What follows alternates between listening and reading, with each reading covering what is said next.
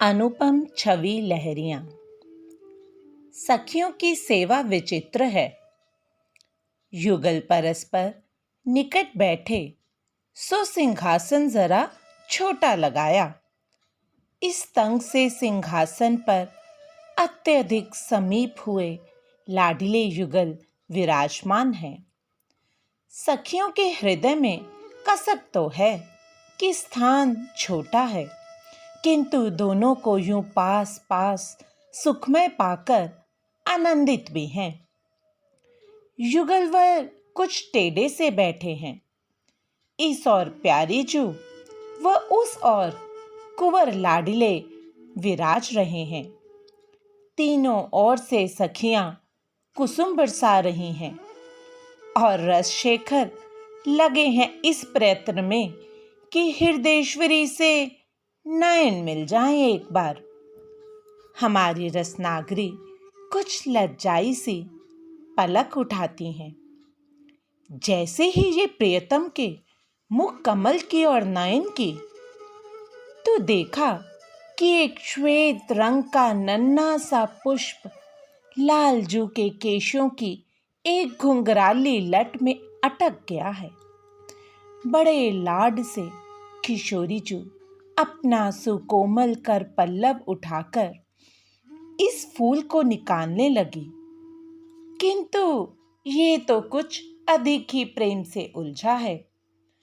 तब मृदुला श्यामा जू एक हस्त से सावरे लाल का दायां कपोल पकड़ लेती हैं और दूसरे कर कमल से जैसे ही पुष्प को सुलझाने चली कि इनके नयन रसमक्त प्रियतम की कर्ण तक जाती काजल की रेख से होते हुए रस सिंधु केंद्र तक पहुंच अटक जाते हैं। आहा, एक उलझे पुष्प को सुलझाते दो नयन उलझ गए। शीतल सलिला यमुना की मंद मंद झकोरों ने उन्हें झकझोर उस और मानो इंगित किया जहां सखियां रंगोली बनाने के लिए बैठी हैं। दोनों युगलवर की दृष्टि साथ ही उठी।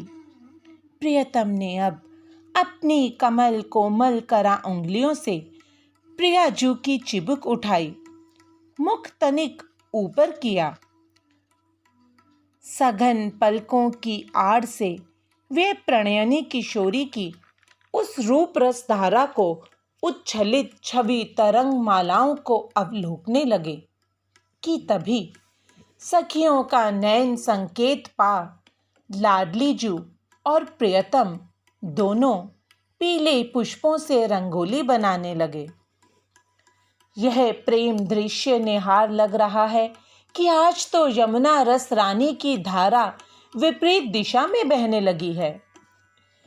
युगल परस्पर यूं दिखा रहे हैं कि उनका पूरा ध्यान रंगोली पर है, किंतु बीच बीच में जब मदन मोहन के नयन नीचे होते हैं, तब रस आतुरी लाडली इनके मुख चंद्र को निहारती है। ऐसे ही जब मोहिनी के नेत्र झुके होते हैं, तब रस अधीर प्रियतम इनकी रूप सुधा का पान करने लगते हैं।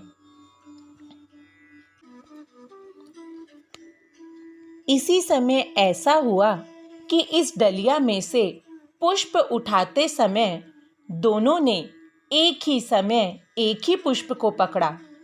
दोनों के कर परस्पर स्पर्श हुए और एक रसमयी कंपन से कंपित हो दोनों के नेत्र तीव्रता से मिल उठे। दोनों के नयन कटोरों तो परस्पर उलझे ही हैं। उस कुसुम को पकड़े दोनों के कर पल्लव भी जोरा जोरी किए जा रहे हैं। तभी रसकुंवरी इनसे अपना हाथ छुड़ा बड़ी तेजी से सारी डलिया रसराज के शीश पर पलट देती हैं और ताली मारकर हंसने लगती हैं। एक तो व्याकुलित प्राण प्यारे पहले ही नैन सिंधु में डूब तर रहे थे, उस पर से ये अनुपम खिलखिलाहट। रसिक नागर भी कब तक संभलते। विवश हो इन्होंने प्राण वल्लभा को गाढ़ आलिंगन में भर लिया और मिलने लगे रस सिंधु।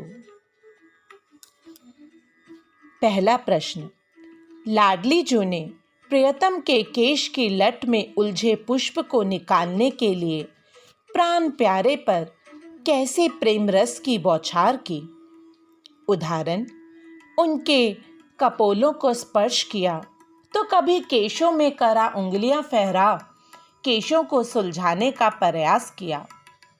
दूसरा प्रश्न, दोनों रस लंपटों ने एक ही समय एक ही पुष्प डलिया से उठाया, दोनों के कर स्पर्श से दो की रसमयी कंपन का वर्णन करें।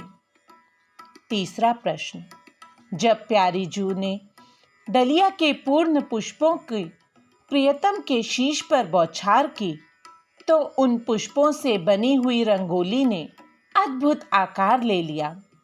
प्रिया प्रियतम की पुष्पों से बनी इस प्रेम भरी रंगोली के बारे में बताएं। रस लंपट युगल किशोर की जय।